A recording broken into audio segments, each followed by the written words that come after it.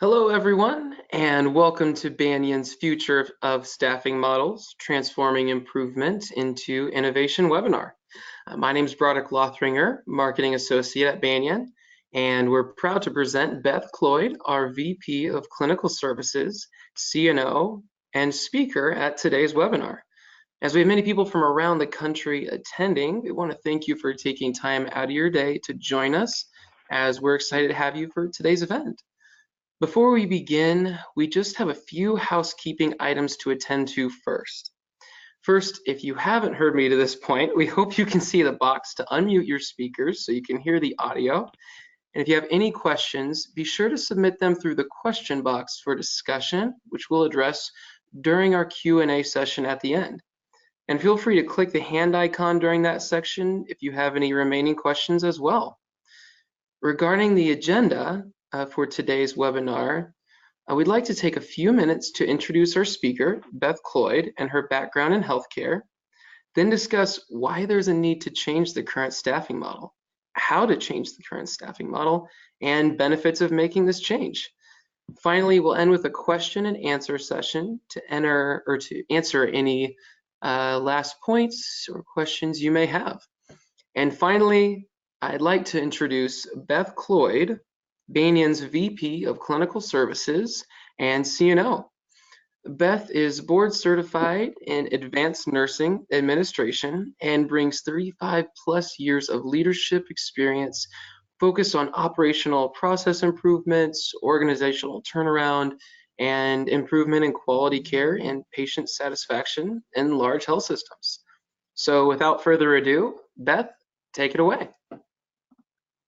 Hi, thank you, Broderick, and thanks everybody for joining our webinar today.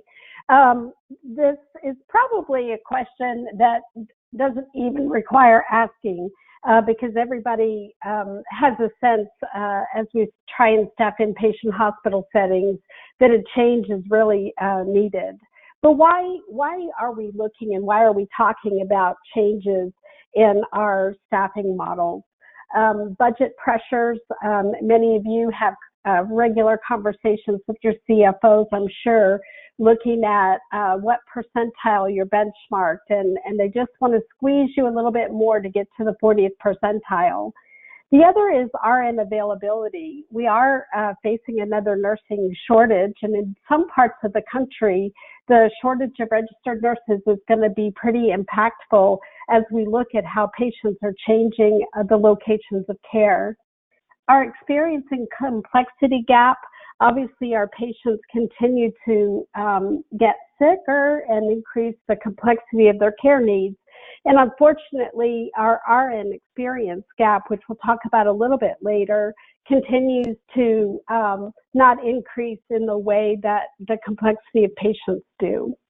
And the other thing that's really part of the reason for change is as we look at our new nursing workforce and the age of the nurses that are currently within our profession, which we'll talk about in a little bit, those are creating also some challenges in our satisfaction of our registered nurses.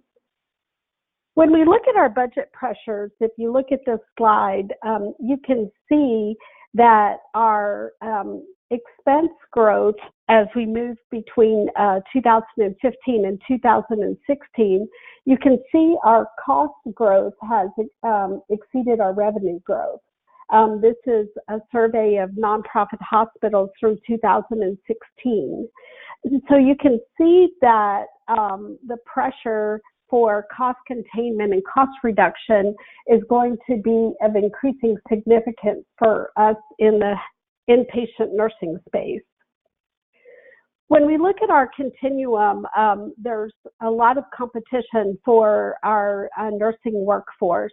This was a study done and looked at projections of the nursing workforce by 2030.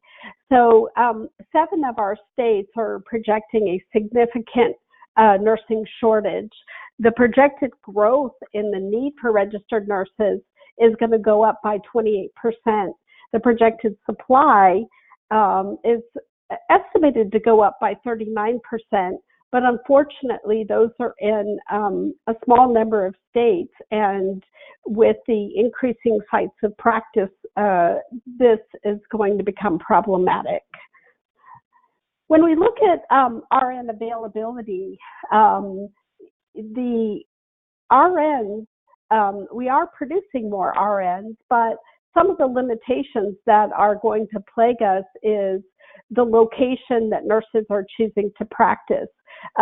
For many of you who have been in practice for a while, the new practice settings are really exploding, looking at not only primary care, but looking at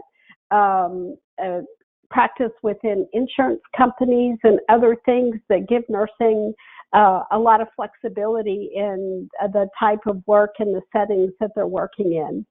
Our population density in some of our urban areas and the demographics are also going to continue to be a problem. If you've worked with your local nursing school partners, I happen to be in Texas, and the volume of applicants every year outstrips the ability of the school to absorb all of those students because of the lack of availability of faculty members in nursing, partly because of supply and partly because of income or wages associated with faculty practice. And then, as I mentioned already, the type of care settings and specialties continue to remove people from the inpatient setting. You see an explosion of nurse practitioners. It used to be that when people went to work on their master's degree, they worked on their master's degree and stayed to contribute their expertise in the inpatient care setting. Now those master's degrees afford them many opportunities, including nurse practitioner, which puts them in a different practice environment and not in the hospital.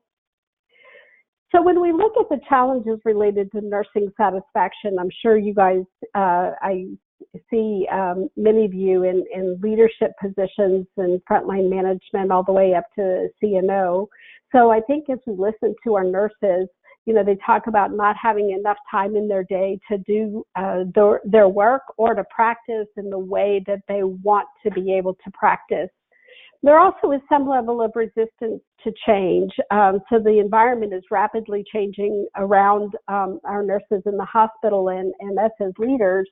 And that whole movement of, but I've always done it this way, and they have always done it that way, and it used to work, but the environment is changing to a level where it's just not working anymore. When we look at performance management skills, if we've got individuals trying to do their work in the same way that they always have done it, their outcomes related to the practice and the evolution of the skills related to electronic health record and all the technologies aren't going to be able to keep pace either. Shortage of patient care resources. This is probably one of the things I struggled with a lot, not only as a chief nurse executive, but also as consulting in hospitals across the country is, the support from the other patient care departments like transportation, like laboratory.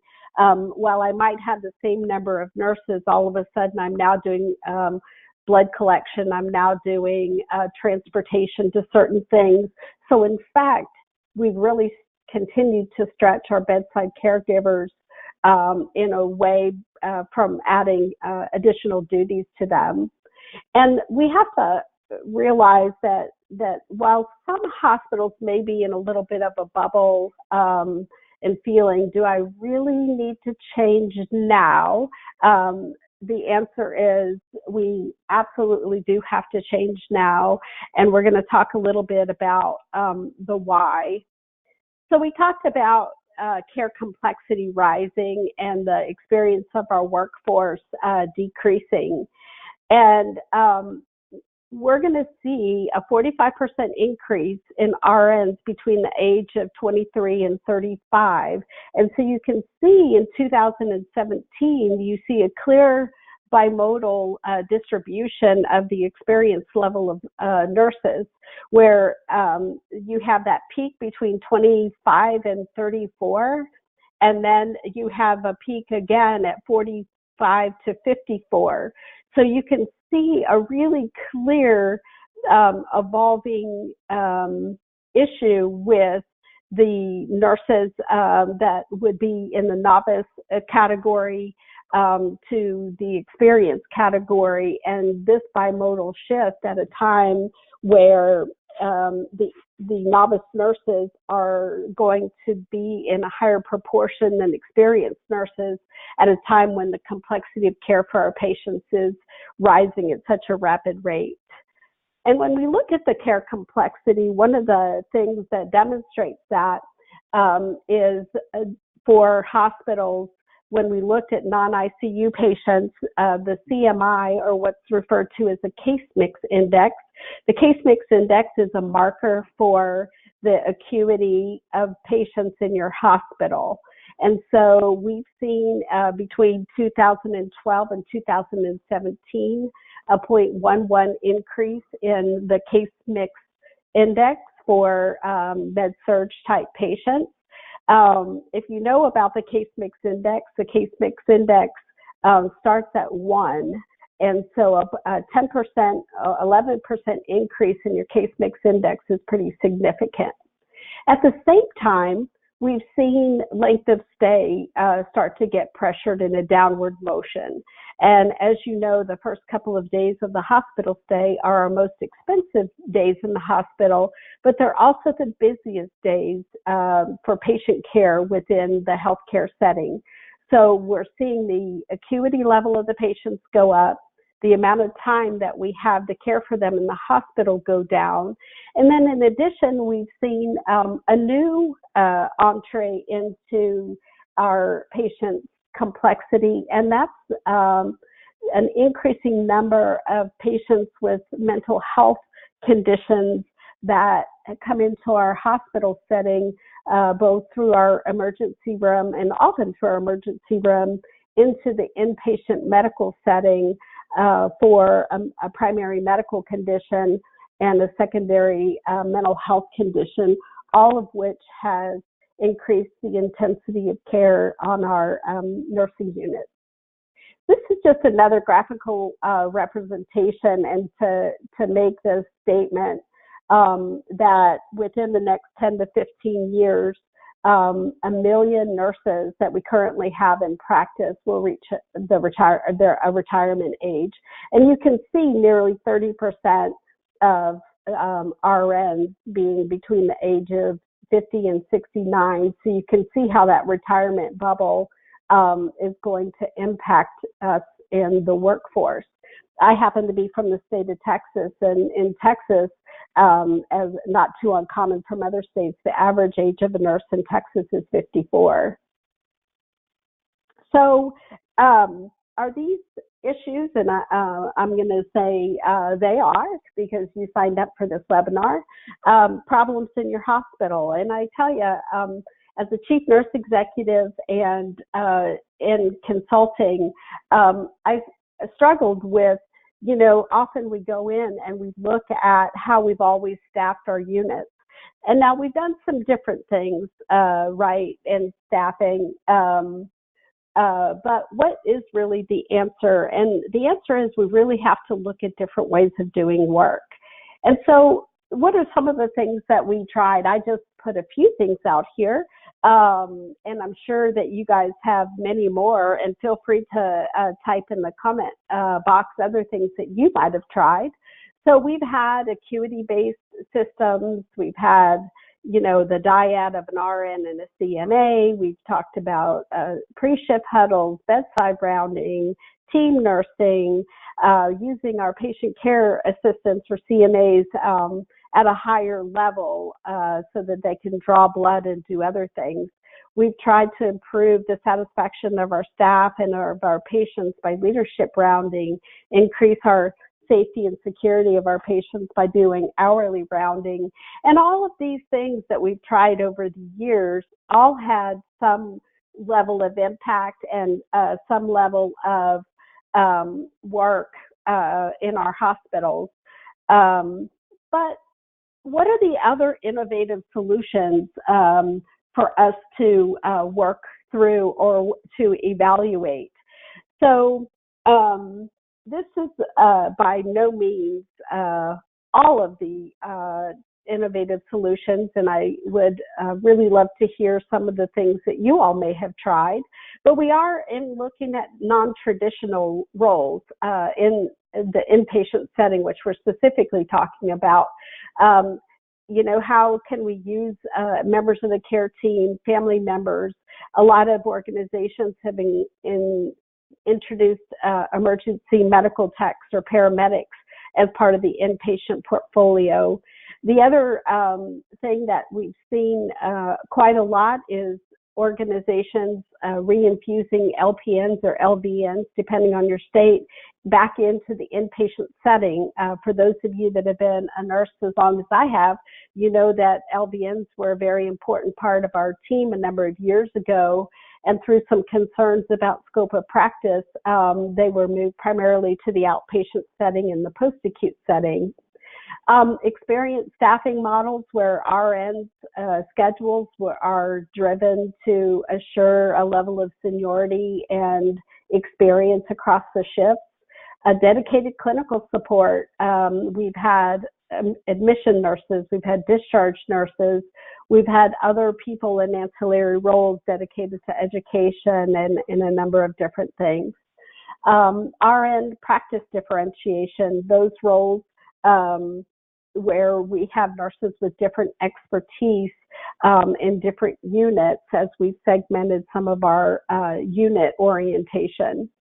We've also seen universal beds. This is certainly something that was thought to improve patient satisfaction, but has become a challenge for nursing too, caring for someone at a very high level of acuity, and as that acuity goes up and down during the hospital stay, they stay in the same bed. Another thing that you've begun seeing, and certainly you've seen if you have an EICU in your hospital, where you have virtual nursing that is available for an inpatient team and is something that is very good also for our novice nurses on our inpatient units. So what is a virtual nurse?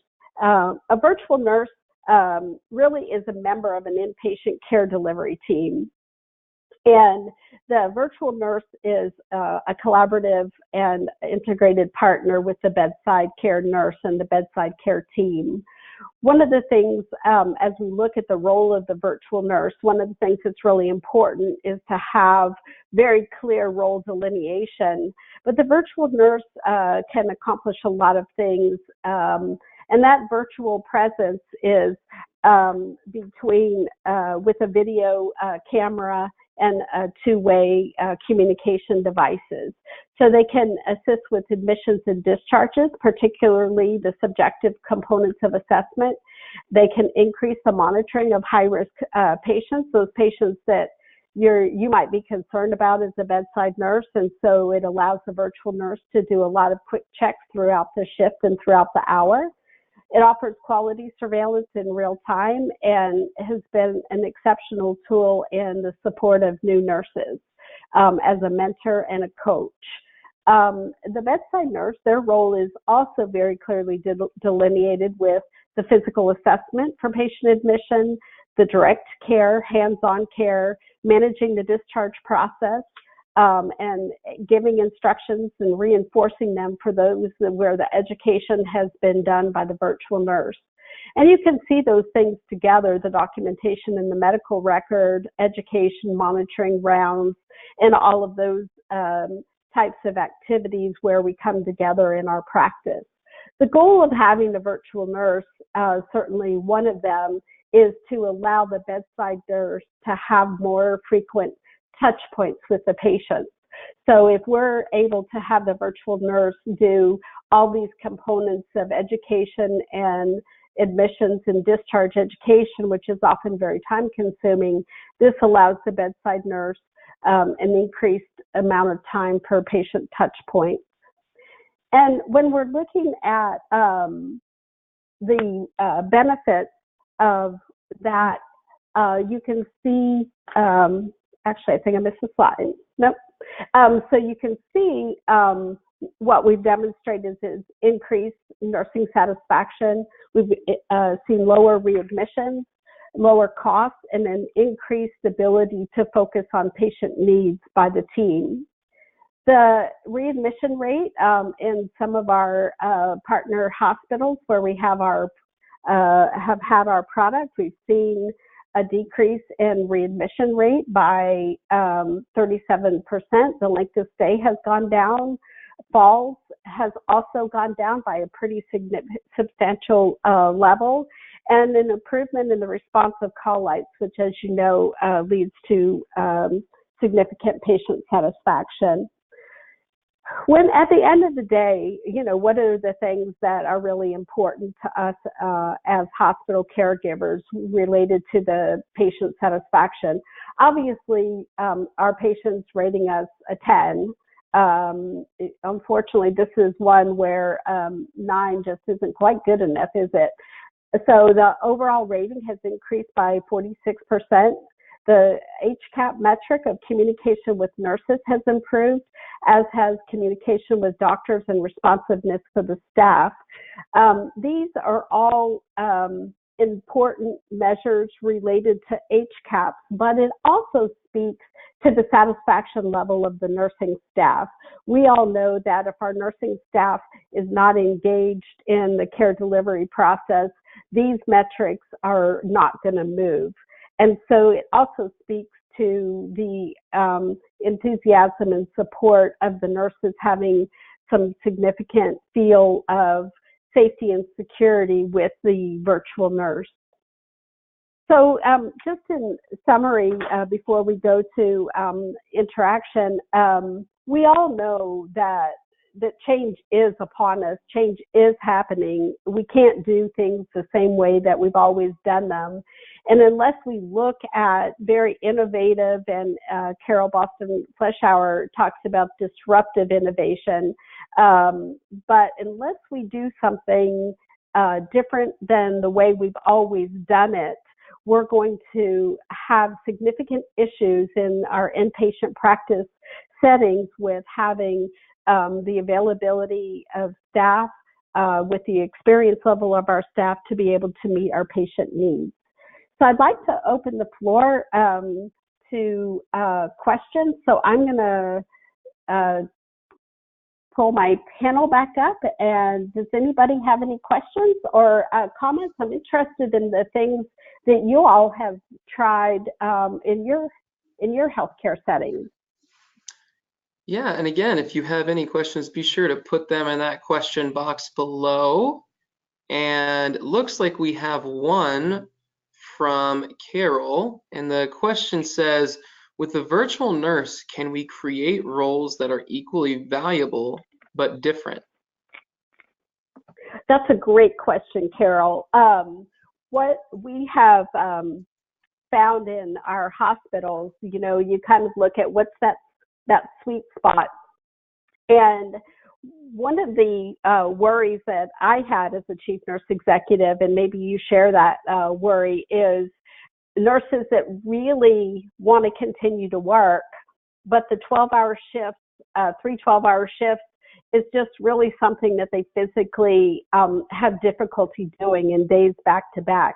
So what we found is this role as a virtual nurse creates a really significant opportunity to retain those people in the workforce, so we don't lose the intellectual capacity of our experienced staff. Those folks have been really perfect in the virtual nurse role. And their mentoring then and their experience doesn't go to waste because they're there to facilitate and provide mentoring and precepting to our novice nurses.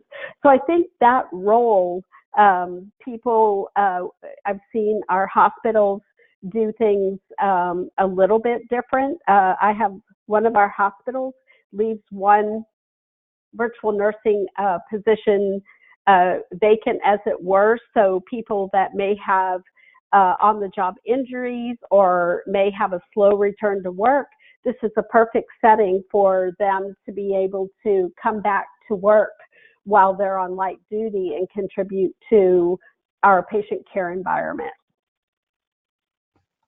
Great, thank you. Next question comes from Dana asking, are there any union restrictions on this?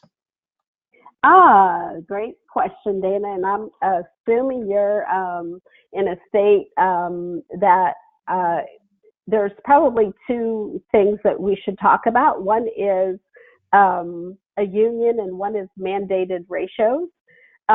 So we are doing some work in California, which is probably one of the more heavily unionized environments.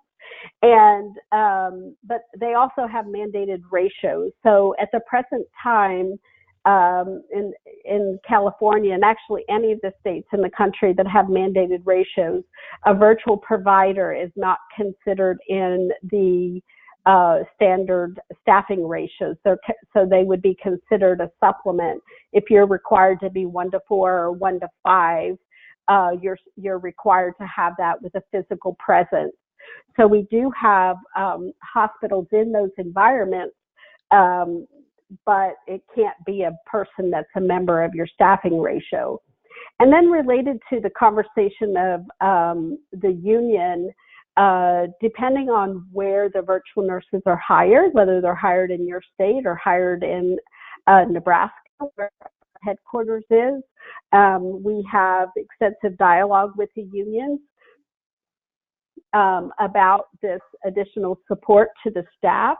In California, we also offer a sitter fall safety solution, and so the union does not have purview over the safety sitters because they're not professional individuals. And we're bringing up other services such as virtual case management and some of those kinds of things. And we haven't had really, I think the union is watching, but we haven't had pushback in bringing those types of services up. That's a great question, though. For sure. And we have another question from Kathy asking, who is using this model and for how long?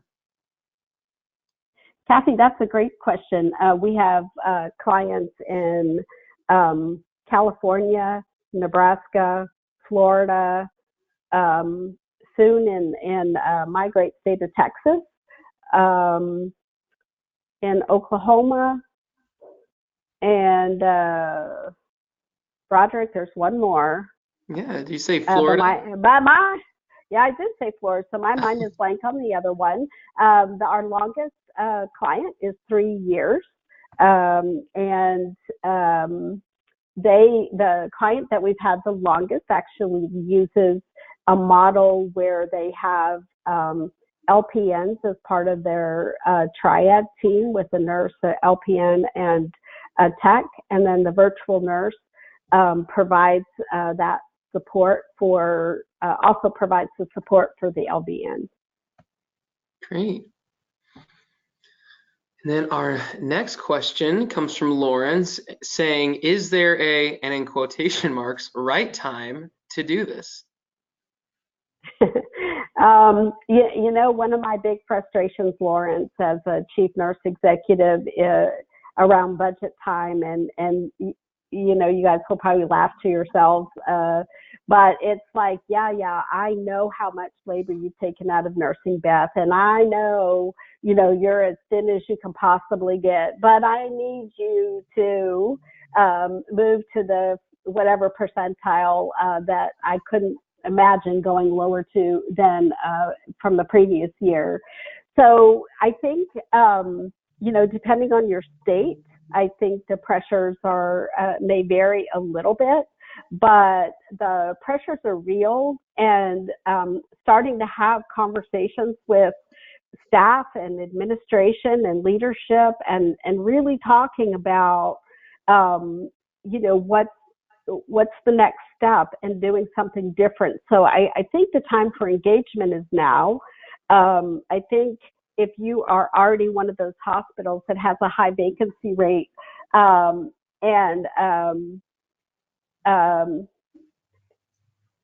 uh, and are using travelers and the like, I think you're probably already there. Using the virtual nurse really can, it provides some stability. So you always have that person there. And as you have call-ins and turnovers, you know you have the safety net of the virtual nurse to be able to do some of those things that are so important in care progression. So I think irrespective of where you are with your state, having the conversations about what's happening in our future should start now. Awesome. Well, that's all the time we have for today. Thank you all for your questions and taking the time out to join us for this webinar. If you have any other questions or would like to talk with Beth directly, her email address is on the left, beth.cloyd@banyanmed.com. We're also going to follow up with the recording of today's presentation, a survey with other topics we could discuss in future webinars that we'd love for your feedback on, along with the slides we used today as well. We'll also be running, as far as future events, we'll be running our next webinar on June 6th, centered around the same points. And we'll be a part of 2 upcoming events, being the Telehealth Summit in Atlanta and the Magnet Conference in Orlando later this year. So for more information on these events, please be sure to visit our website at banyanmed.com/events. As we have other events we'll be a part of and webinars we'll be running as well in the future. So stay tuned. And again, thank you all very much for your time, and we look forward to speaking with you all again soon.